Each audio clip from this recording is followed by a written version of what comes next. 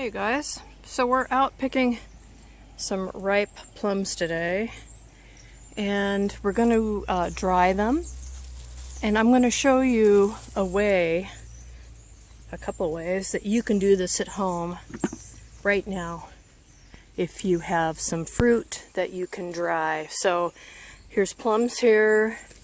The peaches are almost ready. Oh my goodness, they are ready. Oh my gosh. Too much to do in too little time. Alright, we're going to start with the plums. This peach. First peach of the season, but it's giving. It's nice and soft. So anyway, let's take the bucket over to the table and I'll show you how I'm going to dry, and then we will do some together.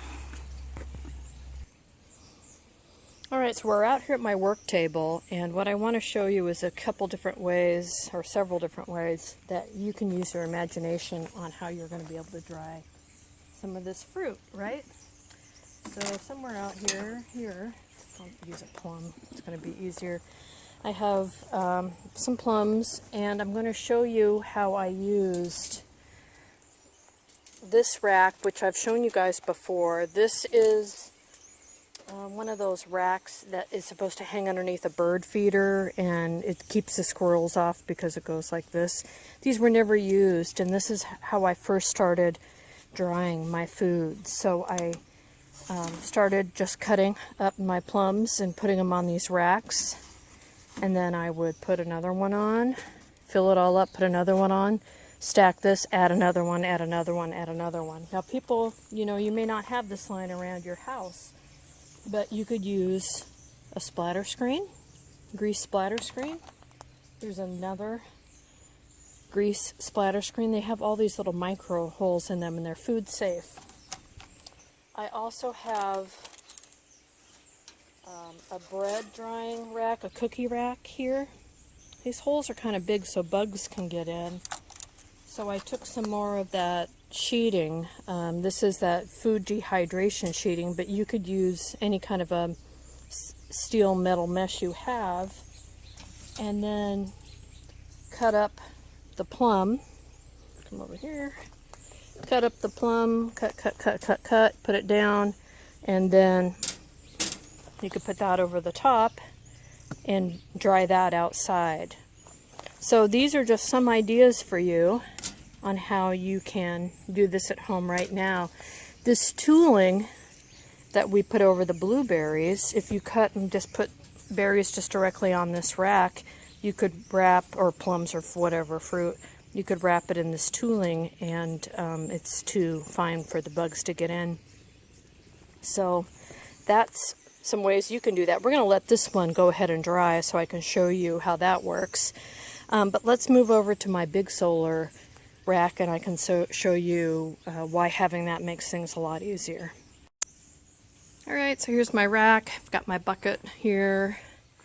I just did a video on the details about this so you can see that. So I'm just going to take some of these plums, and all I'm going to do is half them. So drying a plum is going to turn it into a prune, right? I was watching a video the other day which I just thought was kind of cute. There's a woman who was doing a video on these canned plums that she wanted to try to see if she and her family wanted to can up some plums in water or light syrup or something. And she kept saying, I don't know why these taste like prunes, but they don't taste like plums. Well, they're the same thing, except a prune is a dried plum. So must have got withered in there in that can. So you can cut these into quarters, into eighths. Some people leave them in half. I just kind of cut them until I feel good about them. So I'll cut it in half, give her a little twist. Probably 3 pieces on this one. I mean, they're not huge, but they're not small either. It's got a little bit of that green right there. Take that out. And so my plan is to fill this rack and have some dried fruit. I have some apples that I've had dried for more than 5 years, and I continue to eat them. They're just fine. Strawberries, the same way. It takes a lot of strawberries, though, to dry. Get any good amount. But this is just, it's how simple, right? And then when I get this all filled, I'll put the top down. I've got another layer on top. I'll fill that and so forth. And then we've got the random peach that has decided to ripen.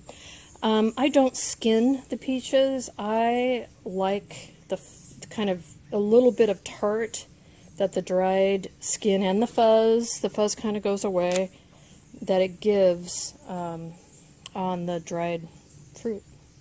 So I'll go ahead, let's see, 1, 2, 3, 4 pieces. It's a juicy one. 4. I just lay it on its side. Maybe I'll cut this one down. It's kind of big, doesn't it? Alright, 5. And then let's go around this. So remember, start looking around your house. See what you can think of to use as a rack. Maybe something from your bathroom, right? Maybe you could use a cookie sheet, like if it had some kind of holes in it, like a cookie cooling rack, I guess, just like I've got out there. But start trying to look at things with a different eye, right? How can I use this differently? So anyway, I could go on and on. We'll go ahead. I'm going to do as much as I can here, and we'll come back and show you the finished product and how many days it took. Alright, you guys, so now we have that top section full, but I forgot to mention to you one very important thing, and that is these little feet booties. So I just save like a yogurt can or container or whatever and fill it with water, and I put it on all 4 sides because everything stays out of these, except for the damn ants. The ant can find its way in, so that's the way we keep it out. So here's that top layer, and let's see if I can pull up. Remember, oops, the bottom layer has got the peaches, and so it's all full in there. There goes my stick, but that's okay. So this will just take a few days, and then we have the small unit that we're using to dry too, and then our prunes or our plums will be dried and become prunes. They're delish. And then we'll move on to peaches. So, yay, here we go. Alright, you guys, so it's been about 5 days since we put all these plums out, and let's go ahead and check the little small home unit here. And you can see, nice and done. They're not crunchy and crisp. We don't want it like that. We want this like fruit leather. Perfect. So we're going to go ahead and pick these off and put them in a bowl. Alright, so we've got that cleared out. Now let's go ahead and look in the big mama. Alright, just so you remember, we've got 2 levels to this. So let's look at the top level. We can see everything is nice and dry. Tastes great. It's sweet and tart. Love it. And then I'm going to go ahead and prop this second level up so we can look at underneath. Alright, so you can see underneath is also dry. Fruit leather like. So even though we had fruit on top, the bottom dried just fine.